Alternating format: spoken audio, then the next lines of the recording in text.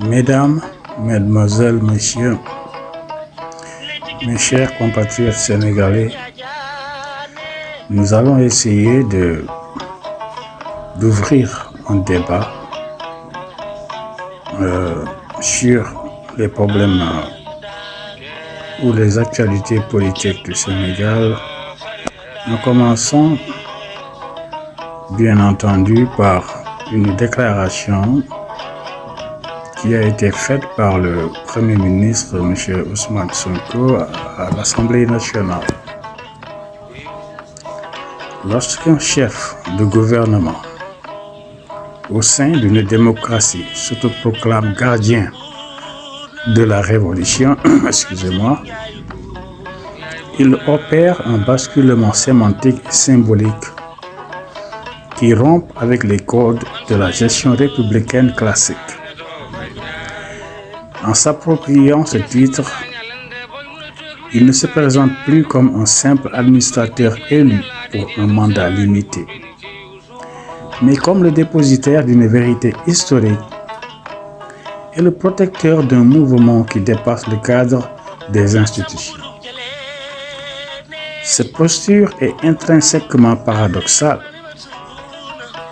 Le rôle d'un chef de gouvernement est de garantir la stabilité et l'unité de l'État, tandis que le terme révolution suggère une rupture, une dynamique de combat et une épuration du passé.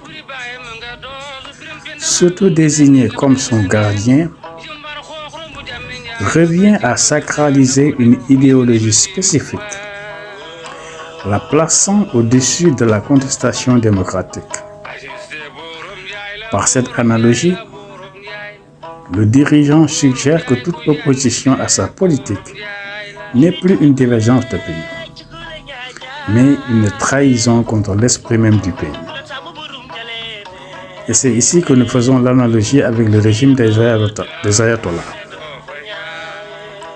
Dans une théocratie, le gardien protège un dogme immuable contre toute influence extérieure ou interne jugée impure.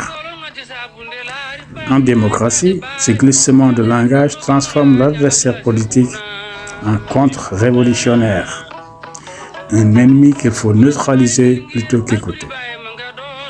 Cela marque la fin de l'alternance tranquille pour entrer dans une logique de survie idéologique. Le chef du gouvernement n'agit plus alors par délégation du peuple, mais par une sorte de mission supérieure. Il s'octroie le droit de définir ce qui est conforme ou non à la révolution, se muant en arbitre moral et policier de la pensée. Cette dérive transforme l'action publique en une croisade permanente où la préservation de l'idéal révolutionnaire justifie souvent le contournement des contre-pouvoirs traditionnels au nom d'une urgence ou d'une pureté que lui seul serait apte à incarner. Donc, M. Sonko et le PASTEF ont-ils pris la décision de s'inspirer du régime des ayatollahs, prenant ainsi le risque de plonger ces pays dans les gouffres de la répression et de l'annihilation de toute liberté individuelle? En tout cas, les sorties de plus en plus va-t-en-guerre d'un gouvernement confronté à une crise sociale et économique exacerbée par un manque de capitaux et qui est devenu la risée des bailleurs de fonds de la sous-région, semble le confirmer. Qu'en pensez-vous?